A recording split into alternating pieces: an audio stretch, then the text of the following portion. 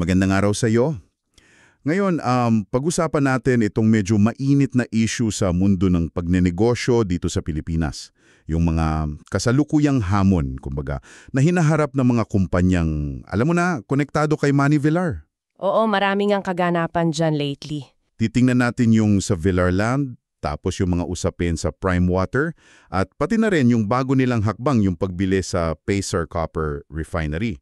Yung mga basehan natin, syempre, galing sa iba't ibang reports, articles, hanggang ngayong araw, August 24, 2025. Tama, importanteng factual tayo dito. Ang tanong siguro na gusto nating masagot, ano ba kalaga ang sinasabi nitong mga pangyayari tungkol sa business practices ngayon? Pati na rin sa regulation at syempre sa tiwala ng publiko, di ba? Malalim yung tanong na yan, maraming anggulo. Okay, sige, simulan natin dun sa pinakamalaking balita siguro nitong mga nakaraan, yung sa Villarland, yung P1.33 trillion na revaluation gain. Pambihirang halaga niyan. Ano ba talaga ang nangyari dyan? Oo, grabe nga yung P1.33 trillion. Actually, yun yung naging sentro eh. Ang ugat niyan, hindi tinanggap ng Securities and Exchange Commission ng SEC. Yung dineklarang P1.33 trillion revaluation gain para dun sa mga lupa sa tinatawag nilang Villar City. Yung SEC mismo ang may question? Oo, pero hindi lang sila. Kasi ito pa, yung mismong external auditor ng Villarland, yung PNA, punong bayan ni Naraulo. Sila mismo ang nagsabi na yung valuation hindi raw mapagkakatiwala in unreliable, ika nga. Wow, mismong auditor nila. Teka, para lang magka-ideya tayo, gaano ba kalaki yung P1.33 trillion na yan sa, alam mo na, sa valuation ng lupa? At ano yung ibig sabihin ng unreliable? Nako, sobrang laki niyan. Parang mas malaki pa yata sa budget ng ilang ahensya ng gobyerno eh. Yung pag-revalue, normal naman yan sa accounting. Pero yung ganito kalaki, tapos kinwestiyon pa, yung unreliable. Basically, sinasabi ng auditor na hindi pwedeng gamitin yung numerong yon sa official financial statements. Kasi parang wala sa standard, walang sapat na basehan, kumbaga. Okay. Malinaw. So, dahil hindi tinanggap ng SEC, tapos kinwestiyon pa ng auditor, ano na ang nangyari? Anong epekto sa financials ng Villarland? Well, napilitan sila basically. Gumawa sila ng malaking adjustment. Binagsak nila yung book value ng mga lupaing yon ng halos, 99%. 99%? Grabe yun. Oo, 99%. So mula sa posibleng 1.33 trillion, bumalik sa mga 8.6 billion. Mas malapit na doon sa original cost nung una siyang naitala. Dito ngayon pumapasok yung konsepto ng prudence sa accounting. Prudence? Ano yun? Paki-expali nga ng simple. Yung prudence, parang prinsipyong to ng pagiging maingat. Sa accounting kasi, sinasabi nito na kapag may duda ka or uncertain ka sa pagtatala, lalo na sa kita o sa value ng asset, dapat piliin mo yung method na hindi mag-overstate, yung hindi magpapalobo ng numero. Kumbaga, mas conservative dapat. Okay. So, dapat mas maingat. Tama. So, yung pagtatala ng 1.33 trillion na kino-question, parang hindi masyadong prudent ang dating, di ba? Dapat kasi, yung financial report, totoo, makatotohanan. Gets ko. So, dahil sa issue na to, sa valuation, sa prudence, ano naman ang naging epekto nito sa merkado? Sa mga investors ng Villarland? Ayun, direkta. Malaki ang epekto dahil na-delay yung submission nila ng audited financial reports kasi nga may issue sa auditor, di ba? Napilitan yung Philippine Stock Exchange, yung PSE, na isuspend yung trading ng shares ng Villarland. Nagsimula yan Mayo 15, 2025 pa. At hanggang ngayon yata suspendido pa rin. Nakasuspend pa rin? Ibig sabihin, hindi pwedeng ibenta o bilhin yung shares nila. Exactly. Walang liquidity para sa mga shareholders, hindi sila makagalaw sa open market. Malaking problema yon para sa mga investors. Bukod sa suspension, may iba pa bang parusa? May mga multa ba galing sa regulators? Meron, hindi lang suspension. Yung SEC, pinagmunta nila yung Villarland Holdings Corp mismo pati labong isang opisyal. Ang total, 12 million pesos. Ang dahilan daw, late at yan, ito pa, misleading o mapanlin lang daw yung mga disclosure, yung mga pahayag nila sa publiko. 12 million pesos, bukod pa dun sa suspension. Oo. At teka, may dagdag pa. May additional 2,000 pesos administrative penalty per official per day. Araw-araw yan. Nagsimula nung July 1, 2025 hanggang maayos nila yung reports nila. Grabe, araw-araw na penalty. Talagang sineseryoso ng SEC to. Oo. Nagpapakita yan na may ngipin yung regulators pagdating sa tamang pag-ulat sa merkado. At mismong SEC na nga ang nagsabi na misleading yung naunang disclosure, di ba? Yung report daw noong March 2025 na nagpakita ng halos 1 trillion pesos na kita. Anong implication nito sa tiwala ng publiko, ng mga namumuhunan? Diyan talaga tumatama sa investor confidence. Alam mo, yung tiwala, yan ang pinakapuhunan ng capital markets. Kapag yung isang kumpanyang nakalista sa bolsa, naglabas ng impormasyon na parang questionable, lalo na kung ganito kalaking halaga, nagkakaroon ng duda yung mga tao, hindi lang dun sa kumpanya, kundi baka pati sa buong sistema na.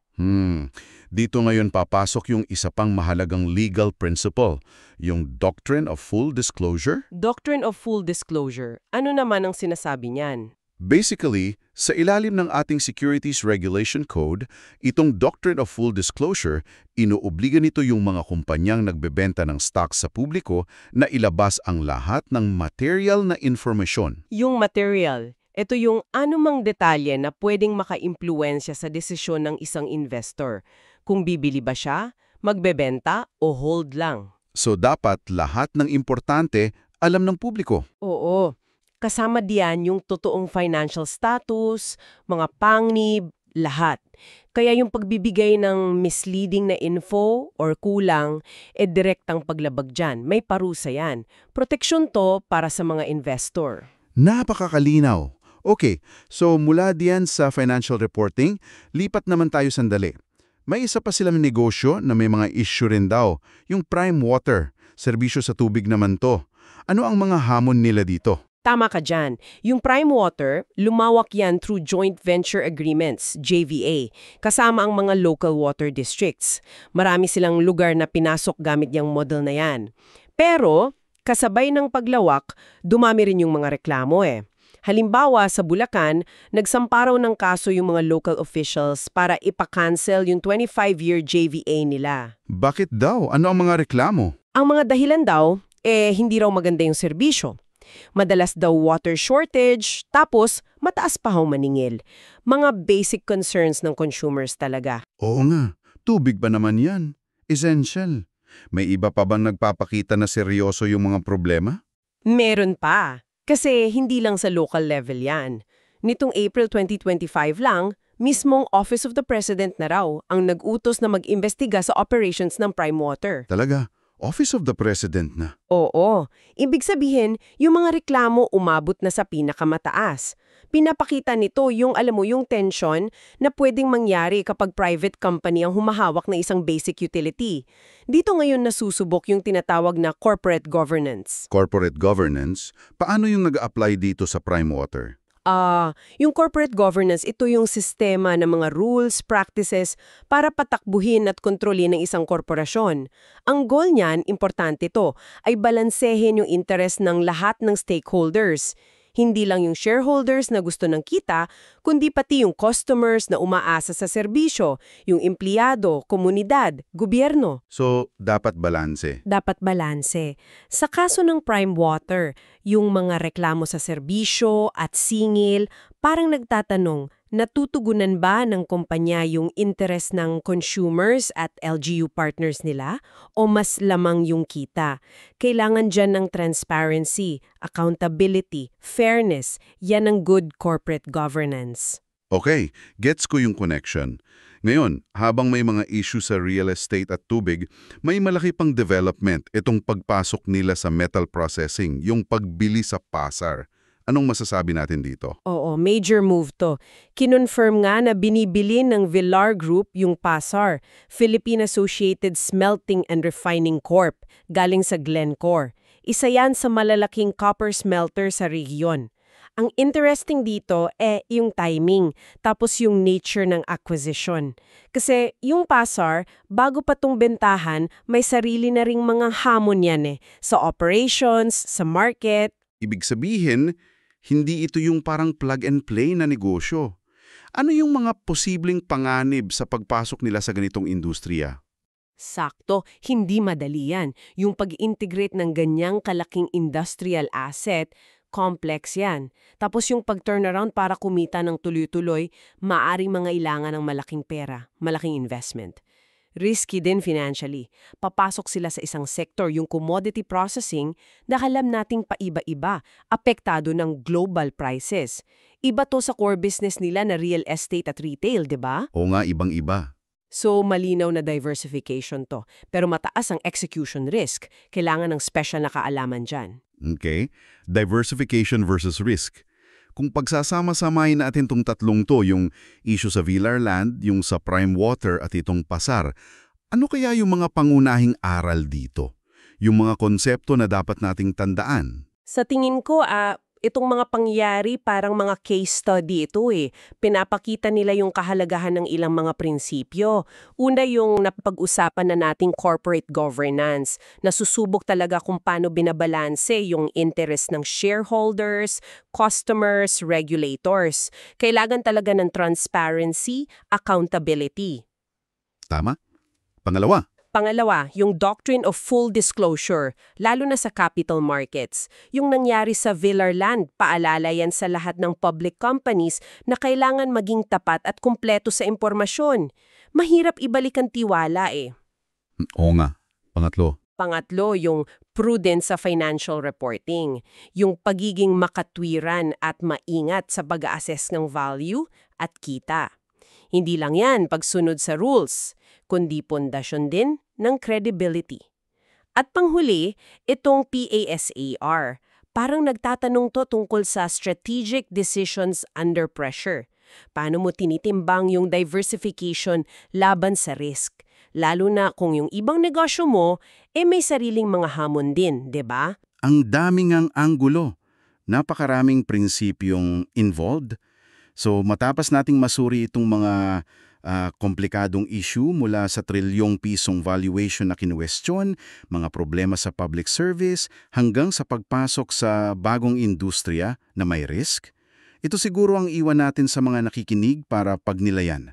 Para sa'yo, anong pinakamahalagang aral o implikasyon ng mga pangyayaring ito? Hindi lang para sa mga kumpanyang involved, kundi pati na rin sa mga regulator, sa mga pang-investor, at sa buong business landscape natin dito sa Pilipinas. Mahalaga ang perspective mo. Gusto naming marinig kung ano ang nasa isip mo o kung may dagdag ka pang tanong, huwag kang mahiyang mag-comment. Oo nga. Bilang summary lang siguro ang mga napag-usapan natin, yung audit rejection at SEC rejection sa P1.33T land valuation ng Villar Land na nauwi sa 99% write-down, share suspension at 12M plus na multa dahil sa misleading disclosures daw. Tiningnan din natin yung mga reklamo sa serbisyo ng Prime Water na umabot na sa legal action at investigasyon ng Malacanang at yung strategic move na pagbili ng PASAR kasama yung mga posibleng risks. At sa lahat ng yan, nakita natin yung kahalagahan ng doctrine of full disclosure, ng matatag na corporate governance, at ng prudence sa financial decisions at reporting. Maraming salamat sa iyong pakikinig dito sa ating malalimang pagsusuri. Para laging updated sa mga susunod pa nating talakayan, siguraduhing mag-subscribe ka. At muli, paalala lang po na ang mga impormasyong inilahad natin dito ay base sa mga ulat mula sa iba't ibang sources hanggang ngayong Agosto 24, 2025. Ang layunin natin ay magbigay linaw at mag-promote ng critical thinking. Hindi po ito endorsement ng anumang pananaw.